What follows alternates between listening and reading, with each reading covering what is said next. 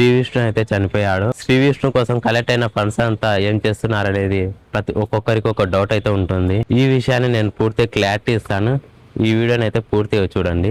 శ్రీ విష్ణు కోసం మొత్తం అమౌంట్ అయితే క్రౌడ్ ఫండింగ్ అయితే చేయలేదు. నారా లోకేష్ సార్ గారు అయితే మనకు ఎల్ఓసి అయితే ఇప్పించారు 9 lakhs.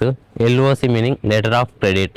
ఈ ఎల్ఓసి అనే పేపర్ ఎలా వర్క్ అవుతుందంటే, శ్రీ విష్ణు అనే బాబుకి ఆపరేషన్ జరిగి సేఫ్గా డిశ్చార్జ్ అయితే అది అనేది హాస్పిటల్ వాళ్ళకి అనేది అమౌంట్ క్రెడిట్ అవుతుంది, క్లెయిమ్ చేసుకుంటారు. సో బాబు చనిపోయాడు కాబట్టి ఇది ఎల్ఓసి వర్తించదు. ఈ 23 lakhsలో ఈ ఎల్ఓసి 9 lakhs వెళ్ళిపోతే ఇంకా 14 lakhs అయితే ఉంటుంది. ఈ 14 lakhsలో 4 lakhs హాస్పిటల్ వాళ్ళు ఫండ్ రైజింగ్ అయితే చేశారు. 4 lakhs అయితే హాస్పిటల్ వాళ్ళ అకౌంట్లోనే ఉంది.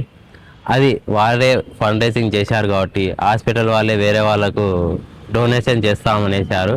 సో ఇది మనం అడగనీకి గురించి వీల్లేదు.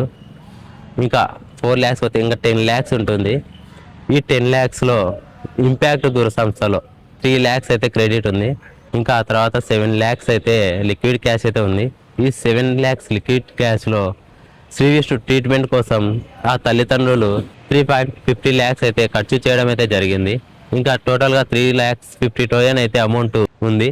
ఈ 3,50,000ని ఇంపాక్ట్ గురులో ఉన్న 3 lakhsని ఎవరికైనా డొనేషన్ చేయాలనుకుంటున్నాం. ఇక్కడ ఒక ప్రాణం పోయింది, ఇంకో ప్రాణం నిలబడాలని అయితే మేమైతే కోరుకుంటున్నాం. ఈ అమౌంట్ అయితే డొనేషన్ చేయాలనుకుంటున్నాం.